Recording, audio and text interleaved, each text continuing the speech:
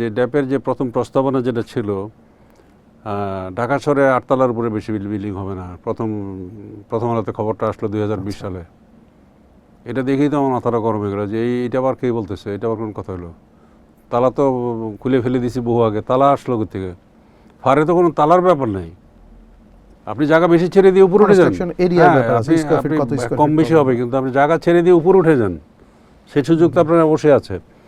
তো যাক, সেখান থেকে শুরু করে ফাইনালি তো বিরাট এক লম্বা কাহিনী। তবে কথা আছে যেটা হলো যে 1 সেপ্টেম্বর, 5ই আগস্টের পরে 1 সেপ্টেম্বর রাজুকে মিটিং, এই বিধিমালা সংশোধন এবং ড্যাপ এবং বিধিমালা দুইটাই সংশোধন, এইটা নিয়ে যখন মিটিং হলো সেইখানে অনেক কথাবার্তা হচ্ছিল। পুরা বোর্ডরুমে মানে ভর্তি মানুষ। সিদ্দিকুর রহমান যারা উনি ছিলেন। এক ফাঁকে আমার মেজাজটা তো কারোর দাঁড়ায় বললাম যে একদম শাউট করলাম যে দয়া করে চুপ করেন, অনেক কথা বলছেন, আমি দুটা কথা বলি। আচ্ছা, আপনাদের কি লজ্জা করে না যে 96% বিল্ডিং ঢাকা শহরে অবৈধ, এই কথাটা বলতে কি লজ্জা করে না? তার 80%ই আবার প্ল্যান পাস অনুমোদনবিহীন। তাহলে আমি যদি বলি দেন শুড ইউ এক্সিস্ট? আমি তো মনে করি Raju has not the right two exist.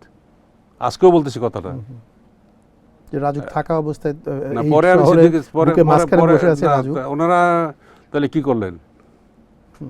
পরে সিদ্দিকুর রহমান সাহেবকে জিজ্ঞেস করেছিলাম যে এত বড় একটা কথা বললাম, কেউ তো প্রতিবাদ করলেন না। বলে কেমনে প্রতিবাদ করবো, এটা তো সত্য।